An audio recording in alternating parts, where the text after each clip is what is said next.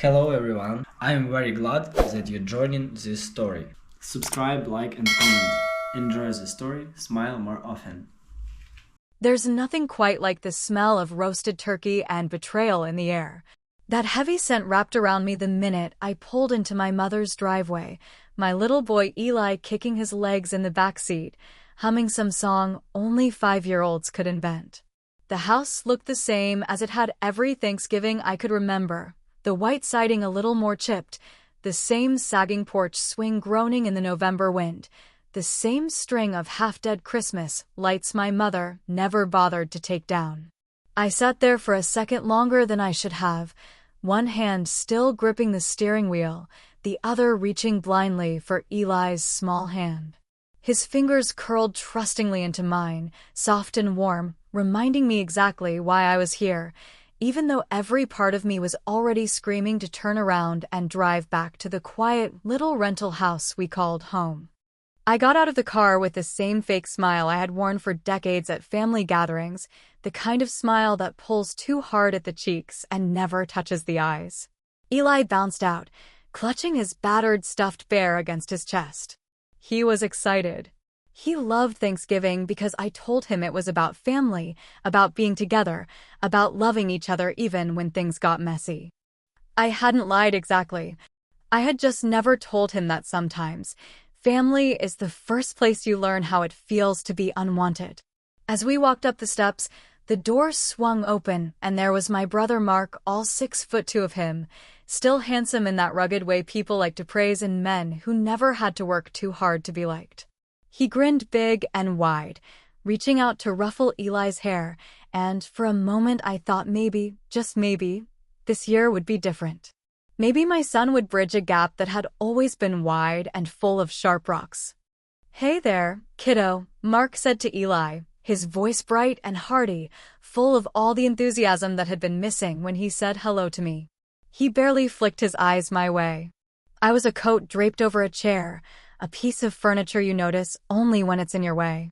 I bit down the familiar sting and ushered Eli inside, kicking the door shut behind me against the cold. The living room was already loud, the television blaring some football game nobody was really watching, my mother clattering dishes in the kitchen, Carol, Mark's wife, perched like a queen on the sofa, wine glass in hand. She gave me a tight little smile that did not meet her eyes, then immediately turned her attention back to showing photos of their beach vacation to one of their friends. Not family, I noted, just someone more worthy of their time than me. I helped Eli hang up his little jacket, doing everything I could to not let the familiar ache rise up my throat. This wasn't new. It was just louder today, maybe because now I had someone beside me who deserved better than secondhand love. The chatter picked up as more people arrived, cousins and a few neighbors, all full of smiles and laughter that felt just a few shades too forced. People said hi to me, sure, but always with that weird glance, like I had shown up wearing a sign that said outsider. We gathered around the oversized dining table, the one my father had built before he left, the one my mother always said was full of memories. It was set beautifully, white tablecloth, polished silverware, candles burning low. It could have been a magazine spread if you didn't know how much resentment was stitched into every thread of that linen. Small digs started right away, the way they always did. Mark joking about how I was still doing that babysitting thing because being a preschool teacher wasn't a real job in his eyes. Carol chiming in about how some people just weren't cut out for traditional family life. My mother laughing along, stirring her gravy, pretending not to notice the way my back stiffened, the way I gripped Eli's tiny hand a little tighter under the table. I told myself not to rise to it. I told myself, like I always did, that it wasn't about me, that they didn't know how much damage they were doing with those casual cruelties. But it was different now. Eli was watching me.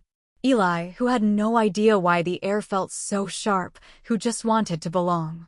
And damn it, he deserved better than this. As the turkey got carved and passed around, and plates filled up with stuffing and cranberry sauce, I caught something out of the corner of my eye. Mark's oldest daughter, Haley, 16 and sullen, sitting stiffly with her arms crossed tight across her chest. There was something about the way she flinched every time Mark barked her name to pass the mashed potatoes or fill up his beer. Something about the dark smudges half hidden under her makeup, the way she couldn't meet anyone's eyes for more than a second. I felt that old instinct, that quiet alarm in the back of my head that I had learned over years of being ignored, the one that whispered, "Something is not right here." I tucked the thought away, because what was I going to do? Bring it up in the middle of Thanksgiving dinner, surrounded by people who already thought I was the family screw-up? No, better to wait. But the seed had been planted. Something was wrong, and my gut was screaming about it, even louder than the memories of all the other things I had seen and swallowed down over the years just to keep the peace. When dessert came around, and everyone oohed and awed over Carol's store-bought pumpkin pie like she had baked it herself, I excused myself to the bathroom with Eli in tow. We sat together on the edge of the bathtub, sharing a stolen piece of pie, whispering and laughing quietly. It was the first real smile I had all day. For a few minutes, I pretended we were somewhere else. Somewhere warmer, somewhere where love wasn't something you had to earn like a prize at the fair. But deep down, I knew it was just a bubble about to pop. I could feel it, smell it, almost the way animals smell a storm long before it arrives. When we rejoined the others, the conversation had shifted to family stories, the old, worn-out ones about how perfect Mark had always been, how Carol was such a blessing, how their house was the envy of the neighborhood. And then, like a match dropped on dry grass, Mark's voice cut through the room, loud and casual, but sharp enough to slice skin. "Don't worry," he said, smiling at the neighbor across the table who had asked if I was Mark's sister. "She's just the babysitter, not really family." The room went dead silent for half a heartbeat, and in that space, I swear I heard the final, tiny snap of something inside me breaking. I didn't say a word. I didn't scream, didn't cry, didn't throw the wine glass in my hand, though every muscle in my body begged me to. I just turned to Eli, saw the confusion flickering in his big brown eyes, and reached for his hand. We stood up together, my little boy and me, and we walked across that room so slowly it felt like moving through molasses. No one said a thing. No one tried to stop us. Maybe they didn't even notice. Maybe I had always been invisible to them, and this was just the first time I decided to act like it. I opened the front door, felt the cold night air hit my face like a slap, and we stepped out into it, leaving behind the warm lights and the clatter of plates and the hollow laughter that sounded more like nails on a chalkboard now. As I buckled Eli into his booster seat, he looked up at me and asked, "Mommy, are we going home now?" And his voice was so small, so trusting, that it broke me all over again. I leaned in, kissed his forehead, and whispered, "Yeah, baby, we're going home." And then I got into the driver's seat, started the car, and drove away from the house that had never been a home, not really, not ever. In the rearview mirror, the porch light faded into the darkness, and with it, the last flicker of whatever hope I had been stupid enough to still carry. The thing about betrayal is that it never arrives dressed in rage or stormy theatrics, not when it comes from family at least. It slides in quietly, like a knife slipped between the ribs under cover of a warm hug. I sat there at the Thanksgiving table, picking at my food like I could make myself small enough to disappear if I just focused hard enough on the mashed potatoes. I kept my smile fixed on my face like a brittle mask, while my brother Mark laughed too loud and talked too big, bragging about his latest real estate flip and how his kids were honor roll students because they knew the value of discipline, throwing sideways glances at me like I was a public service announcement for what happens when you take the wrong path in life. Carol nodded along to everything Mark said, her manicured fingers tapping her wine glass in a steady rhythm, pretending she did not see the way the tension in the room had thickened to the point where it felt like breathing through wet cement. My mother floated from the kitchen to the table and back again, fussing over the turkey, refilling plates no one had asked to be refilled, her face set in that brittle, tight-lipped smile that said she was just trying to make it through the day without anyone throwing a scene. I could feel Eli shifting beside me, his little body vibrating with the effort of behaving, trying so hard to sit still like a big boy just like I had asked. He did not understand the undercurrents at this table. He just knew he wanted to make me proud, and that thought alone was enough to tear something inside my chest. I reached under the table and squeezed his tiny hand gently, feeling his fingers wrap trustingly around mine, and I told myself I could endure anything if it meant giving him the family memories I never had.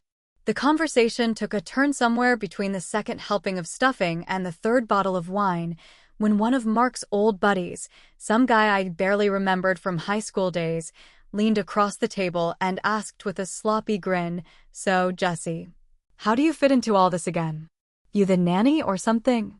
The words were out there, hanging heavy in the air, and before I could even open my mouth to respond, Mark laughed, a short, mean bark of a laugh that sucked the warmth out of the room like a broken window in a blizzard, and said, "Don't worry, man. She's just the babysitter, not really family." Time stretched in that awful, surreal way it does when your heart gets broken in public, the clatter of forks on plates, the soft clink of glasses, the fake coughs, the studied way nobody looked at me directly. All of it etched into my brain with a clarity that made my skin crawl. I turned my head slowly and looked straight at Mark, who was already moving on to another story, laughing, pounding the table with his fist for emphasis, like he had not just reduced me to less than nothing in front of a room full of people. I turned my gaze down to Eli, who was staring at me with wide, uncertain eyes, his fork paused halfway to his mouth, the innocence in his expression cutting me deeper than any of Mark's words ever could. My son, my sweet, beautiful boy, who I had fought for, who I had loved with every broken, battered part of myself, was sitting there learning from the people I had once called my family exactly what they thought of us. In that moment, something inside me snapped, not in a loud, explosive way, but more like a bone quietly fracturing under too much pressure. I did not make a scene, did not scream or throw my wine glass across the room like part of me desperately wanted to. Instead, I moved with a slow, deliberate calm that felt almost surreal, pushing back my chair and standing up as the chair legs scraped loudly against the hardwood floor. I bent down and whispered in Eli's ear, "Come on, buddy, we're going home," and I saw the flicker of confusion and then trust pass over his face before he nodded solemnly and took my hand without question. Together, we walked the length of that impossibly long table, past the half-eaten turkey, the gravy boat tipped precariously on its side, past the stunned faces of my mother, Carol, and the neighbors who would probably talk about this for months to come. Nobody tried to stop us. Nobody called out. Nobody even moved, and that silence was louder than any argument could have been. It screamed in my ears as I pulled open the heavy front door, the cold night air hitting me full in the face like a slap. I walked to my car with my head high, every step burning into my memory, every breath a silent vow that I would never, ever subject my son to this kind of pain again. As I buckled Eli into his seat, his small voice floated up through the darkness. "Mommy, did I do something bad?" he asked, his lip trembling just enough to make my vision blur. I swallowed the lump in my throat and kissed his forehead, saying, "No, baby. You didn't do anything wrong. Sometimes people are just mean because they don't understand." I slid into the driver's seat, started the engine, and pulled out of that driveway with the porch lights receding into the darkness behind us like the final closing of a door that had always been half shut anyway. As we drove, the world outside the windows turned into a blur of shadows and streetlights, and I realized that for the first time in my life, I was not running away from something. I was choosing something better. I was choosing us. And somewhere deep inside, beneath all the hurt and humiliation, a small fierce flame flickered to life, whispering that maybe, just maybe, this was the start of something new. Have you ever been betrayed by someone you thought was your family? Would you have walked away or stayed to fight? Tell me your story, because sometimes the quietest goodbyes are the ones that change everything forever. The road home stretched out in front of me like a long gray ribbon unspooling into the dark, the headlights cutting twin paths through the November mist as Eli drifted into a light, fitful sleep in the back seat. His stuffed bear was clutched tight in his little arms, his head slumped to one side against the window, and every once in a while I caught a glimpse of his reflection, soft, peaceful, and so heartbreakingly trusting that it made my chest ache in ways I could not quite explain. The car was filled with that heavy silence that only falls after a storm has passed, when the wreckage is still too fresh to pick through but too obvious to ignore. As the miles rolled by, I found myself falling backward through time, my mind flipping through memories I thought I had long buried, but that rose now like old ghosts clawing their way up from the dirt. I remembered sitting at that same Thanksgiving table when I was barely 10 years old, wearing the itchy new sweater my mother had insisted I wear, smiling until my cheeks hurt while Mark showed off his Little League trophies and my parents beamed like he had invented the damn wheel.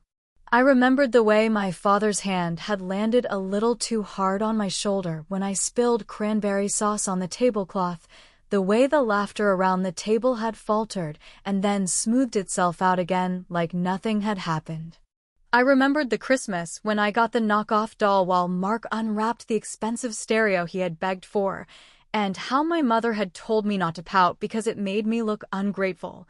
There were 1,000 little moments like that, each one a small stone dropped into the deep well of who I became, each one teaching me the same hard lesson. I was tolerated, but never celebrated. Present, but never truly seen. Family, but only by blood and not by heart. And yet, for all those years, I kept coming back, kept showing up, kept hoping that maybe one year would be different, that maybe I could finally be enough. The tires hummed steadily against the pavement, a low soothing sound that almost masked the quiet voice that piped up from the back seat. "Mommy," Eli said, his voice drowsy but clear enough to cut through the fog of my thoughts. "Why did Uncle Mark say you're not family?" I gripped the steering wheel tighter, my knuckles whitening as I stared straight ahead, blinking hard against the sting in my eyes. I could lie to him, could brush it off with some easy explanation about grown-ups being silly or jokes that were not funny, but something inside me recoiled at the idea. He deserved better than lies, better than the soft poison of pretending everything was fine when it wasn't. He deserved the truth, even if it had to be measured in small doses. "Sometimes," I said slowly, choosing each word like I was setting down fragile glass, "people say things that aren't true because they don't understand how families really work." I glanced at him in the mirror and saw him nodding seriously, his thumb inching toward his mouth the way it did when he was thinking hard about something important. "But you're my real mommy, right?" he asked, and I swear to God the way he said it, so small, so full of hope, made something deep inside me break all over again, the same place that had cracked wide open at that dinner table. "Yes, baby," I said, my voice shaking despite every effort to keep it steady. "I'm your real mommy, and you're my real son, forever and ever." He seemed satisfied with that, leaning his head back against the seat with a soft sigh, drifting off again with the innocent trust that only little children and fools can afford. I envied him that peace even as I vowed to protect it with everything I had left in me. The lights of our small town flickered into view, the familiar landmarks passing by like old friends, the battered gas station, the sleepy diner, the crooked sign advertising Christmas trees for sale at the lot by the high school. Each one felt like a tether pulling me back to myself, back to the life I had built piece by shaky piece after losing everything I thought I needed. When we finally pulled into the driveway of our little rented house, I sat there for a moment longer, engine idling, watching the porch light sway in the wind. It was not much, a sagging porch, paint peeling from the shutters, a yard more weeds than grass, but it was ours. It was home in a way that big houses and fancy table settings never could be. I carried Eli inside, his head resting on my shoulder, his arms flung around my neck in a sleepy hug that made me want to cry and laugh at the same time. I tucked him into his bed, smoothing his hair back from his forehead, kissing him goodnight with a fierceness that startled even me. Back in the living room, I sank onto the worn couch, staring at the muted glow of the television without really seeing it, the events of the evening replaying in endless loops in my mind. Had I overreacted? Had I ruined Thanksgiving for everyone by walking out? Had I just proven, yet again, that I did not know how to be part of a family? The doubts curled around me like smoke, making it hard to breathe. The soft buzz of my phone snapped me out of it, the screen lighting up on the coffee table with a single notification, one missed call from Mom. I stared at it, my heart thudding heavy and slow against my ribs, my thumb hovering over the screen but not quite pressing it. I did not listen to the voicemail. I did not call her back. Instead, I turned the phone face down, plunged the living room into darkness, and sat there listening to the silence that pressed against the windows like a living thing. Because sometimes silence says more than words ever could. And tonight, my silence was speaking louder than any apology, any excuse, any half-hearted attempt at patching over wounds that had been festering for years. Tonight, the silence was saying, enough. The morning after Thanksgiving dawned in that cold, gray way November mornings tend to do, the sky low and heavy with clouds that looked like they could break open at any minute, and the air so still it felt like the whole world was holding its breath. I woke to the sound of Eli padding down the hallway, his small feet making soft thuds against the worn floorboards, his voice calling out for me with the kind of sleepy affection that could melt even the hardest night. I pulled myself up from the couch, where I had passed out fully clothed, the TV still flickering muted commercials for Black Friday sales that promised happiness if you just spent enough money. Eli climbed onto the couch beside me, his stuffed bear trailing behind him like a shadow, and snuggled against my side with a sigh that smelled faintly of toothpaste and sleep. For a few blissful minutes, I let myself believe that we had turned a corner, that last night's walkout was the end of it, that we were finally free from the expectations and judgment that had always chained me to a version of myself I barely recognized. But peace never lasts long when you have unfinished business gnawing at the edges of your mind. The phone rang, sharp and sudden, shattering the quiet like a rock through a stained glass window. I reached for it with a grimace, half expecting another missed call from my mother or maybe one of the cousins wanting to smooth things over, which in family language usually meant pretend it never happened and blame you anyway. Instead, it was Mark's name flashing across the screen, the letters so familiar and yet suddenly so foreign that it took me a full 3 rings to gather the willpower to answer. I hit the button, bracing myself for whatever fresh hell was about to come pouring through the line. "Jesse," Mark's voice barked, the anger so thick it practically crackled through the speaker. "What the hell did you do?" For a second, all I could do was blink, my mind racing back over every second of Thanksgiving, trying to figure out what accusation he was about to hurl at me. "What are you talking about?" I asked, my voice sharper than I intended, the tension from yesterday still sitting raw and ugly under my skin. "You know damn well what I'm talking about," he snapped, the sound of something, maybe a door, maybe a cabinet slamming shut in the background. "CPS showed up at my house this morning. With questions. About my kids." The words hung there, heavy and surreal, like a slap I never saw coming. "Wait," I said slowly, my brain struggling to catch up. "CPS? As in Child Protective Services?" "No, as in the goddamn Girl Scouts," Mark sneered, the sarcasm thick enough to choke on. "Yeah, CPS. They showed up at 8 o'clock in the morning, asking about bruises, asking if my kids feel safe at home. Asking Carol if we ever scream or hit them." "What the hell did you say to them, Jesse?" "I didn't say anything," I said, the truth spilling out so fast I barely recognized my own voice. "I didn't call anybody, Mark. I swear to God, I didn't." For a moment there was silence on the other end of the line, the kind of silence that hums with disbelief and fury barely held in check. I could almost picture him standing in his perfect kitchen, fists clenched, red-faced with rage at the idea that someone, anyone, might question the golden facade he had spent his entire life constructing around himself. "If it wasn't you," he finally said, each word bitten off like it hurt to say them, "then who the hell was it?" I opened my mouth, then closed it again, because the truth was, I did not know. But even as I sat there in stunned silence, a small, persistent memory wormed its way to the front of my mind, the sight of Haley, Mark's teenage daughter, sitting stiff and quiet at the Thanksgiving table, the shadowed bruises half hidden under her foundation. The way she flinched when Mark raised his voice for no reason. Maybe someone else had seen it too. Maybe someone else had listened to that whisper in their gut that said something is wrong here, and unlike me, they had not swallowed it down for the sake of keeping the peace. Maybe Haley herself had said something when she thought no one was listening. I don't know, I said finally, my voice low and steady. But it wasn't me, Mark. You've got bigger problems than worrying about me right now. He cursed under his breath, the kind of raw, unfiltered anger that does not come from hurt but from fear, real, primal fear that the world he built brick by careful brick was beginning to crack at the seams. He muttered something about getting a lawyer, about how he was going to find out who did this and make them pay, and then he hung up without another word, leaving me staring at the silent, dark screen like it might give me some kind of answer if I stared hard enough. I leaned back against the couch, my heart pounding in my chest, my hands shaking slightly as the adrenaline began to wear off.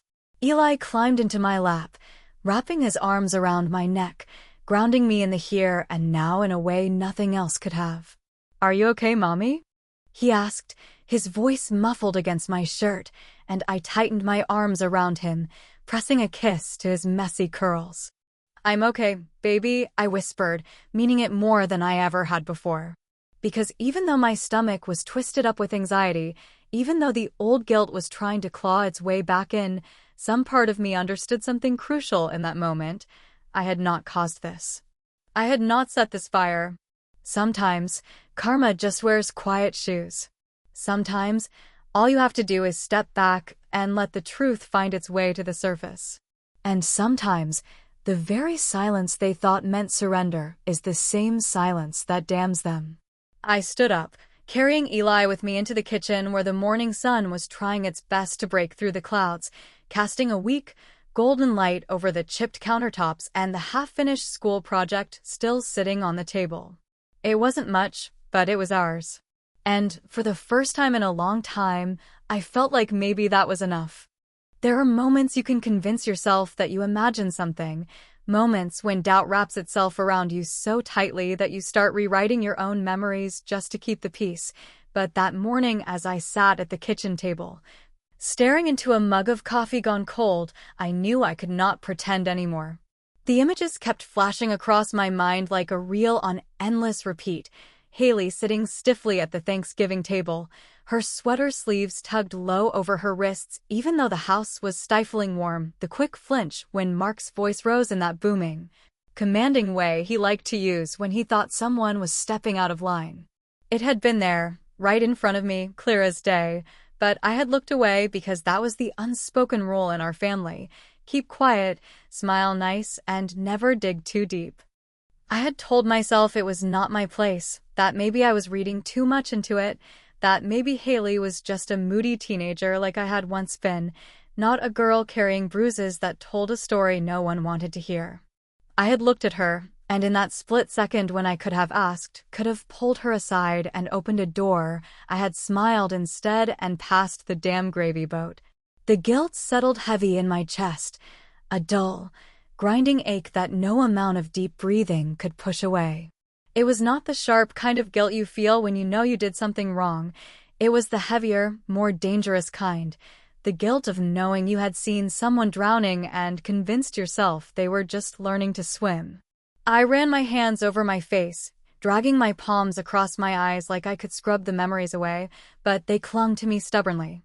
I remembered the 4th of July party 3 years ago, Haley sitting on the porch swing alone while everyone else laughed and drank beer around the bonfire.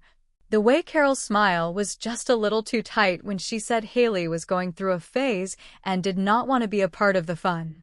I remembered last Christmas, when Haley barely said a word the entire night, how she jumped when someone popped a champagne cork, how her eyes darted to Mark as if checking to see if she was allowed to laugh. I remembered it all now, and it made my skin crawl with the sickening realization that I had let it slide because it was easier to believe in the myth of the perfect family than to face the ugly truth growing like mold in the corners no one wanted to clean. My phone buzzed again on the table, and this time it was a message from a neighbor I barely knew, someone who had been at Thanksgiving and who apparently had sharper eyes or a braver heart than I did. Hey, the message read, "Did you notice anything weird with Haley yesterday?" She looked scared. I wasn't sure if I should say something, but I called the CPS hotline just in case. Hope I didn't make things worse. I stared at the words, my stomach flipping over itself, a twisted cocktail of relief and shame burning in my gut. It had not been me, but it could have been. It should have been. I should have been the one to make that call. Instead, it was someone who had barely known Haley at all who stepped up when the people who should have loved her most turned a blind eye. Later that day, the rumors started trickling in through the grapevine, the neighbor network, the social media whispers, the not-so-casual mentions in the grocery store aisles. CPS had not just shown up for a quick welfare check. They had started asking real questions, poking into places Mark and Carol would have preferred stayed locked behind closed doors. There were murmurs about emotional neglect, about pressure so thick it suffocated, about impossible expectations that crushed more than they ever built. People started remembering little things, the way Carol always spoke for Haley, the way Mark boasted about how he kept his kids in line, the way the girls always seemed too tense, too brittle, too practiced in their smiles. Alone, each thing might have meant nothing, but together they painted a picture that was harder and harder to ignore. I sat on the porch steps that evening, Eli curled up next to me with his bear, the cold seeping up through the worn wood and into my bones, and I found myself wondering when exactly we all decided that pretending was safer than protecting. I thought about the times I had stayed silent because speaking up meant becoming a target, about the way survival sometimes demands you blend in until you forget you were ever supposed to stand out. Was it my fault? The question gnawed at me like a dog worrying a bone, relentless and raw. Was it my fault because I had seen and chosen to look away? Was it my fault because I had let the family myth weigh heavier than the truth staring me right in the face? Was it my fault because, when given the chance to break the cycle, I had sat at the table, smiled politely, and eaten my turkey like a good little girl? Eli shifted against me, his small hand finding mine in the dark without even looking, and I squeezed it tightly, drawing strength from the simple, uncomplicated love that children give so freely before the world teaches them to be cautious. I could not change the past, no matter how much I wanted to rewrite those memories, but I could damn well decide what kind of person I was going to be moving forward. Inside the house, the TV flickered with more holiday commercials, families gathered around perfect tables, children laughing under twinkling lights, the whole sanitized dream of what we were all supposed to aspire to. And I felt a bitter laugh bubble up in my throat because I finally understood something nobody tells you when you are young.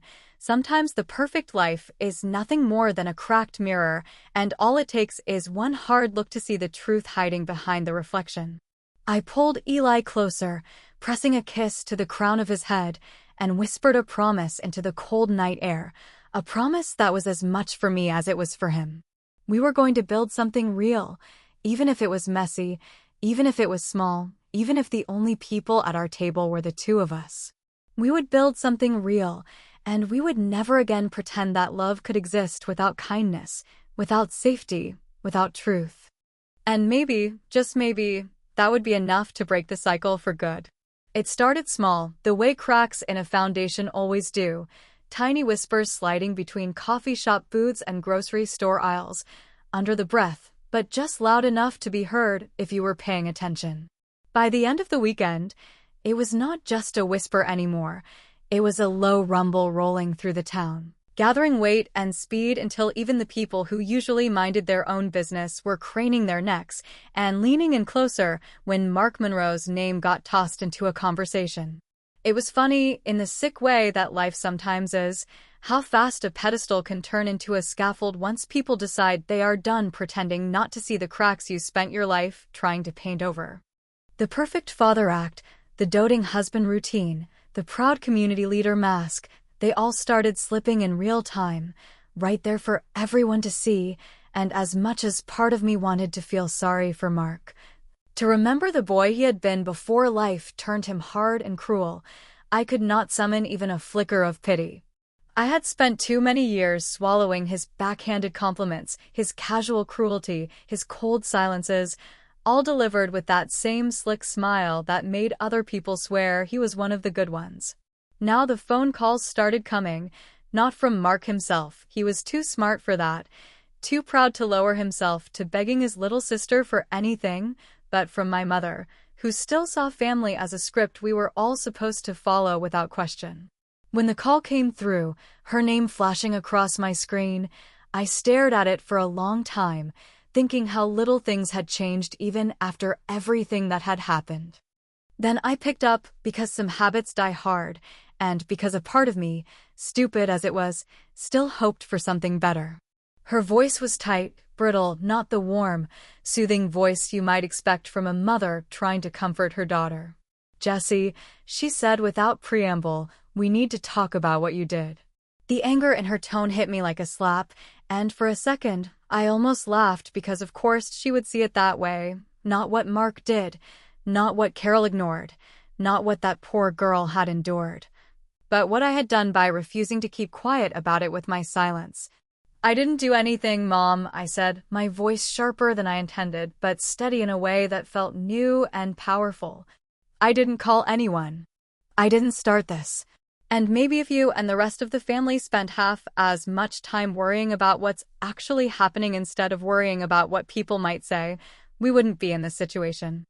There was a long pause on the line, the kind of pause that in the old days would have made me fill the space with apologies and backpedaling just to keep the peace, but this time I let the silence stretch out between us, thick and uncomfortable and necessary.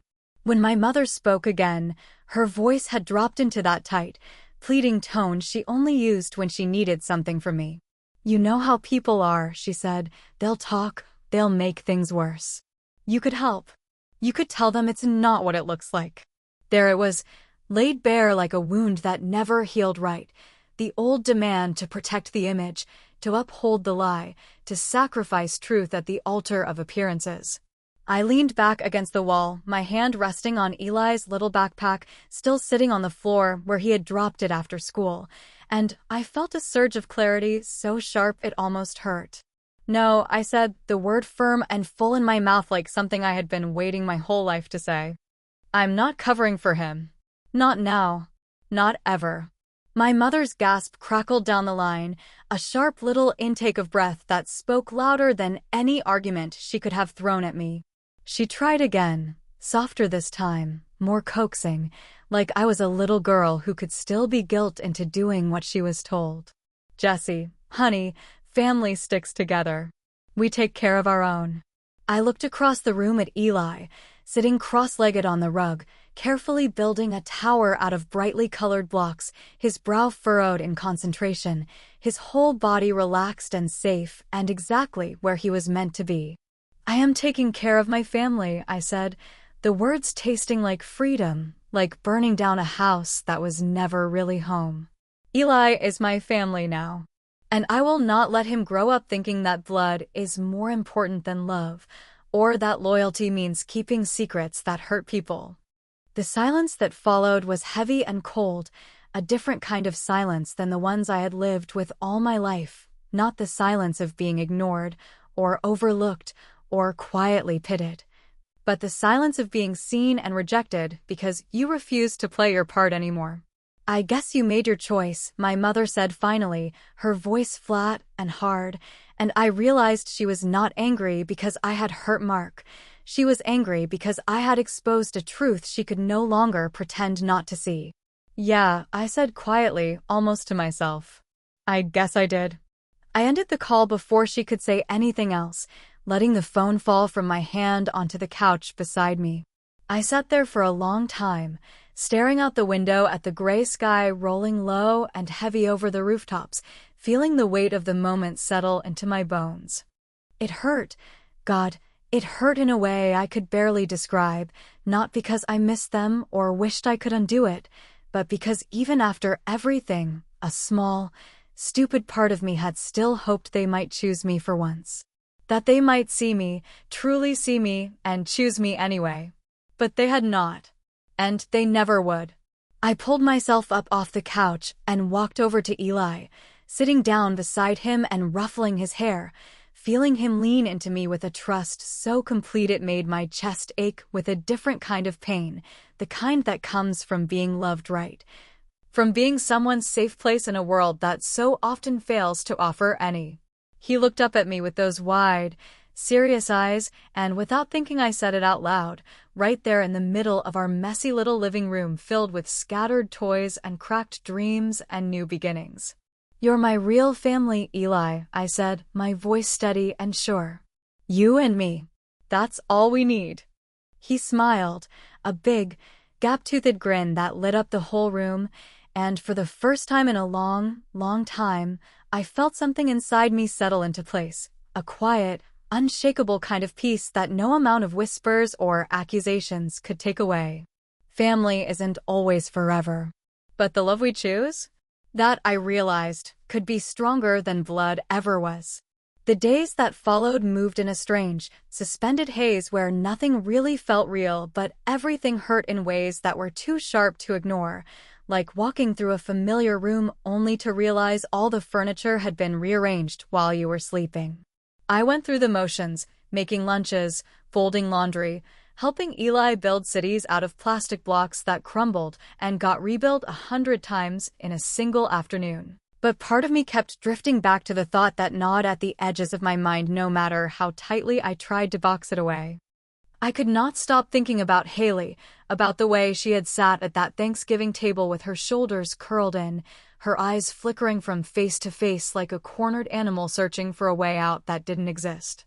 I kept replaying the way she had flinched at sudden movements, the way she had not laughed, not once, the entire night, even when people around her were roaring at jokes that were not funny to begin with.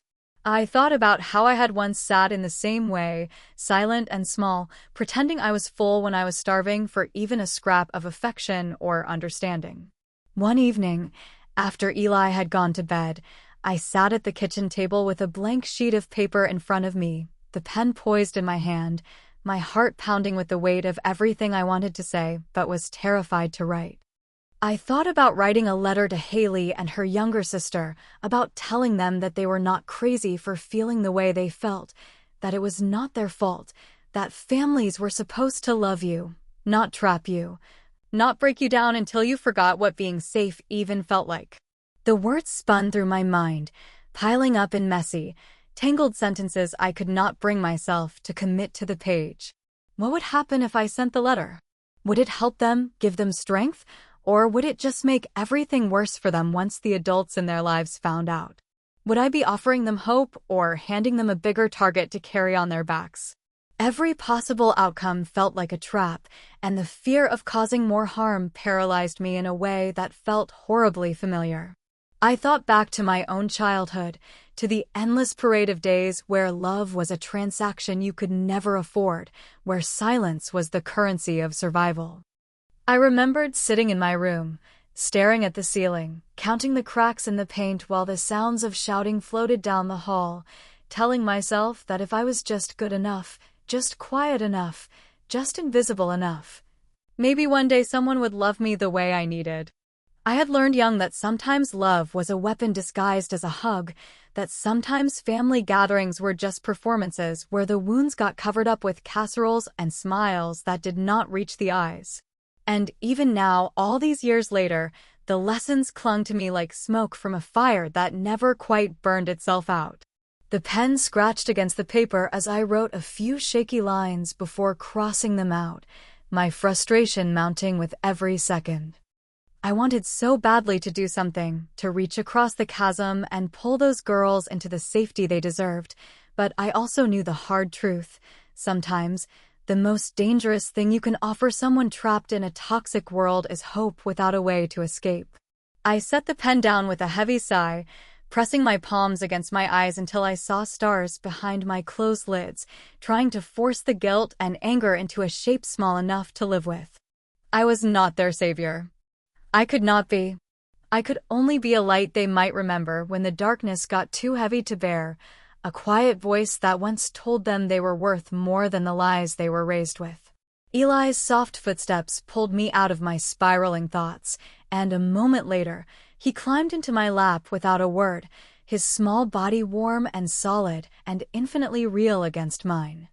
He rested his head on my shoulder, his breath tickling my neck, and for a long time we just sat there, the two of us, stitched together by a bond that no courtroom or DNA test could ever manufacture.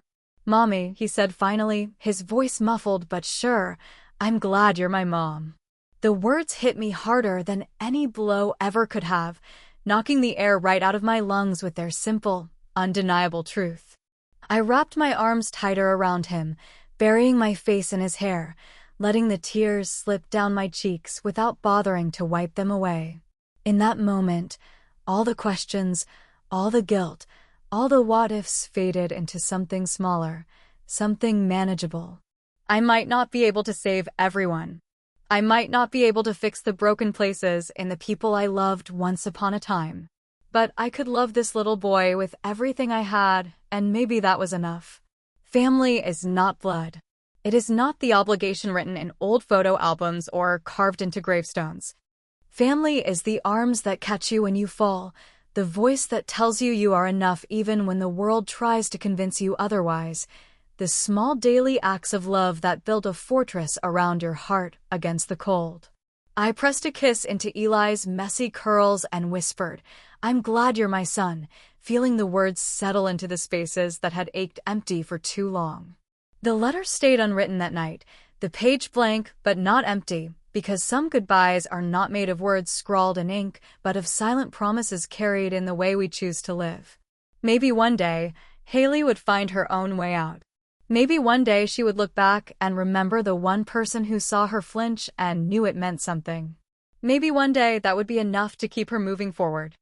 And maybe, just maybe, that would be my different kind of goodbye, not an ending, but a beginning written in choices, in small brave acts of love, in refusing to pretend that silence was anything other than complicity. Maybe that was the truest way to say goodbye to the family I was born into and hello to the family I had chosen, the one that had chosen me right back without hesitation or conditions. And for the first time in a very long time, that was enough.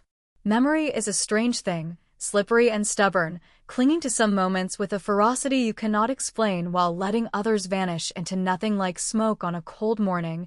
And as I sat by the window watching Eli chase the last stubborn leaves across the yard, another Thanksgiving memory found its way back to me, one I had not asked for, but one that refused to be ignored any longer.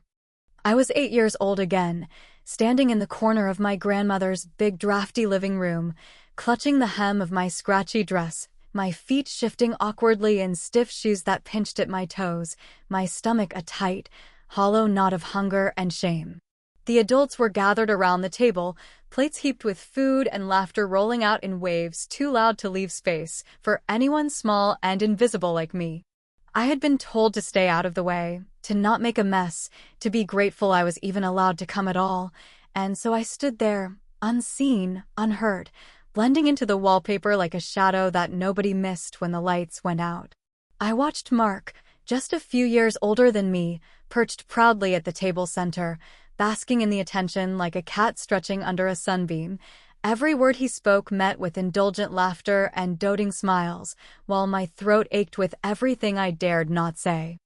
I remembered the way my mother smiled at him, that warm, open expression she never turned my way, and the way my father clapped him on the back with so much force it nearly knocked the cranberry sauce off the table, and even then I understood, in the way that only lonely children can, that some kinds of love are conditional, meted out like prizes in a rigged carnival game you are never meant to win.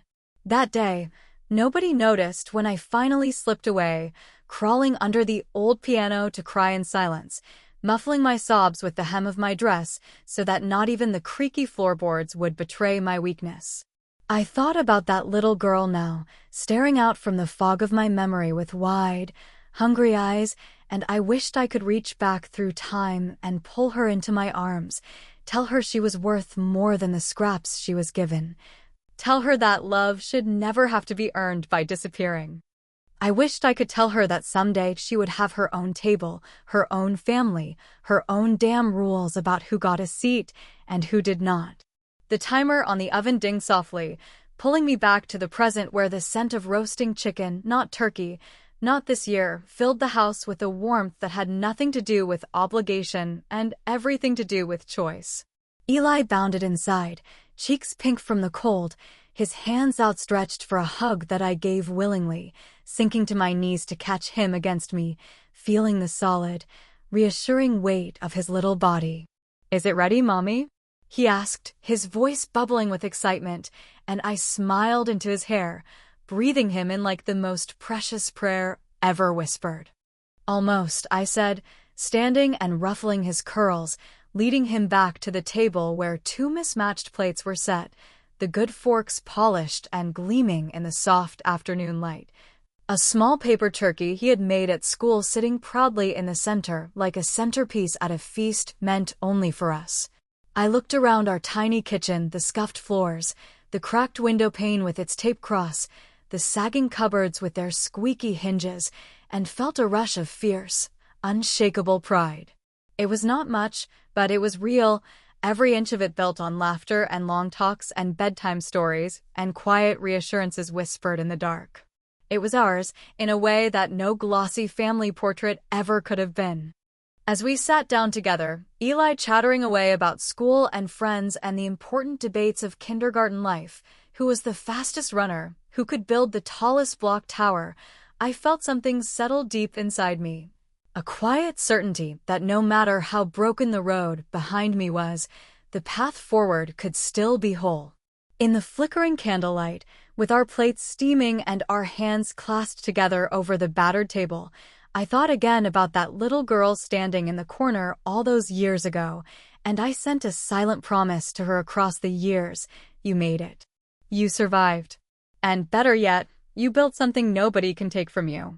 Maybe someday, the people who sat at that old Thanksgiving table would realize what they lost, realize that their grip on appearances had cost them the very thing they claimed to value most: family, loyalty, love that asked nothing but honesty in return.